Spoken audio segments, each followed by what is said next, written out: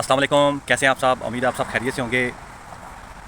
दोस्तों, कहते हैं कि जब कोई आपको ज़रूरतमंद मिले ना, तो सबसे पहले आप इस बात का बखूबी कंफर्म कर लें कि आया कि वो वाकई ही ज़रूरतमंद है या सिर्फ दिखलावा है। एक भाई साहब ने मुझसे रब्ता किया, ये कुछ माह पहले की बात है।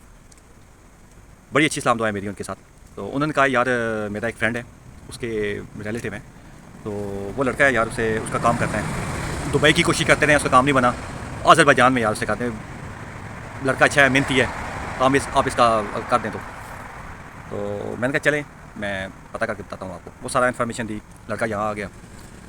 देखने में वो बिल्कुल यकीन माने 21-22 साल का वो लड़का, यंग, रावलपिंडी का है, यंग लड़का है, बिल्कुल बच्चा सा लगता है वो। तो आया वो यहाँ, तो उस बेचारे का एक $100 भी वो सही नहीं था, क्या मसला था उस पर, वो यहाँ मतलब बैंक वाले एक्सेप्ट नहीं कर रहे थे वो। तो उस बंदे ने, उस बच्चे ने, ठीक है, यहाँ कह रहा था ये डिलीवरी फूड में काम करना है। ये अभी की बात नहीं है, जब ये अलाउ था मैं तब की बात कर रहा हूँ। यहाँ अभी थोड़ी सस्ती हुई है फूड डिलीवरी पे। तो कहता है जी मैंने यहाँ काम करना है फूड डिलीवरी। मैंने कहा ठीक है, बाइक पूछी है उसने, मैंने बताई है बाइक कितने की है।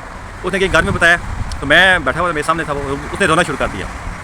मैं पूछूँ क्या हुआ है, बता, तो उसे क्यों रो रहा है। कहता है जी घर वाले कह रहे हैं वापस आ जाओ। क्यों वापस, क्यों, क्या हुआ। कहते हैं जी मैंने उन्हें कहा घर वालों को कि मेरी बाइक इतने की मिलेगी, तो वो कहते हैं जी आप वापस आ जाओ, हमें मज़ीद पैसे, अब तुम पे हम नहीं लगा सकते मज़ीद पैसे। तो मैंने कहा यार कोई मसला नहीं है, बाइक अरेंज करवा लेते हैं, कोई इशू नहीं है, तू काम करने वाला बन, तो कोई मसला नहीं है। मैंने है उस बंदे से बात की जिसने इसे भेजा। तो उसने कहा कि फ़याज साहब आप पैसे तो सीधे करने पड़ेंगे। मैंने कहा यार मैं कर दूँगा, कोई मसला नहीं है, बाइक का काम करे, साथ साथ मुझे दे दे पैसे। तो जब भी कोई आता है ना, तो हमारी नज़र में यही होता है, चलो यार ज़रूरतमंद है, यहाँ मिलते हैं, हमसे जो हो सके उनके साथ मतलब करते हैं हम, ठीक है। तो खैर एनीवे उसे बाइक लेके दी, उसने काम शुरू किया, डॉक्यूमेंट उसके प्रोसेस में डाल दिए, वीज़ा भी उसे मिल गया। उस लड़के ने हार्डली मेरे ख्याल में मैक्सिमम भी हुआ 1 वीक काम किया उसने, हार्डली। बाइक पे वो चला जाता था। मैंने उसे एक लड़के के पास स्टे करवाया, उसे लेके किराया भी मैंने अपने पास से दिया। मैंने कहा बाद में दे देना, कोई बात नहीं। खैर फूड्स के पैसे भी मैंने दिए। मैंने कहा यार कोई बात नहीं, चल लेंगे बाद में। तो ये मैं गिना नहीं रहा, ये आपको बता रहा हूँ हकीकत, ठीक है। ये जो है ना मेरी कहानी, मेरी ज़बानी में आपको बता रहा हूँ। ये आप चीज़ें देखें, आप इससे, ये आपको इसमें बहुत कुछ सीखने में आपको मिलता है। तो उस लड़के ने मुझे बताया, जहाँ मैंने इसे, इसके रूममेट ने मुझे कहता है जी आप मुझे मेरे पास आप आएँ, आपसे काम है एक। मैं जब उसके पास गया, मैंने कहा बोलें क्या। कहता है जी आप इसे शिफ्ट कर दें कहीं और। मैं इससे बहुत तंग हूँ। मैंने कहा क्यों, क्या हुआ। कहता है जी एक तो रात को लेट आता है अक्सर, दूसरा ये ड्रिंक करता है, ड्रिंक शराब पीता है ये। मैं तो उसकी बात सुन के इतना परेशान। मैंने कहा यार वो बच्चा है, वो कहाँ से ड्रिंक करता है, क्या हो गया तुझे, गलतफहमी होगी। कहते हैं क्या हो गया जी, कितनी दफ़ा शराब पी के आया, ये इसे चला ही नहीं जा रहा था, उल्टियाँ करता है ये यहाँ के, ठीक है। मैं नमाज़ पढ़ने वाला हूँ और ये इस तरह की हरकतें करता है यहाँ के।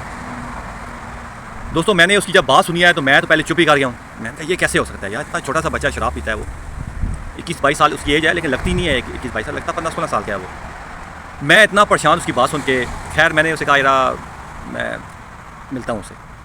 मैंने उसे मैसेज किया, मैंने कहा यार मुझे मिल के जाएँ। वो उस दिन नहीं आया, अगले दिन वो मुझे मिला। मैंने कहा यार ये वो बता रहा, कोई कंप्लेन कर रहा है आपके बारे में। नहीं जी वो है ही ऐसा, ठीक है, मुझे बड़ा तंग करता है, जो आपने पैसे दिए थे वो भी मेरे उसने वैसे ही ले लिए, ये चीज़ लाई वो चीज़ लाई, ठीक है, इसमें इतना खर्चा होगा, इसमें इतना खर्चा हुआ, उल्टा उसने मेरे ऊपर पैसे चढ़ा दिए। मैंने कहा अच्छा। मैंने कहा तू ड्रिंक करता है। कहते कभी कभार। मैंने कहा है। मैं उसकी बात सुन के मैंने कहा यार तू छोटा सा बच्चा है, तू आप यकीन माने, वो लड़का रहा था हॉस्टल में पाकिस्तान में, जब वो स्टडी कर रहा था, गाँव का था वो।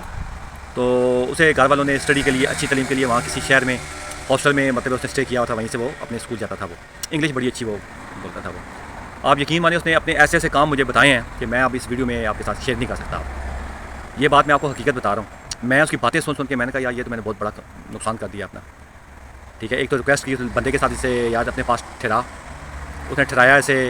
और जब इसकी हरकतें देखी, फिर उसके बाद बाइक भी मैंने इसे लेके दे दी। ये भी मैंने अपना नुकसान कर दिया बड़ा।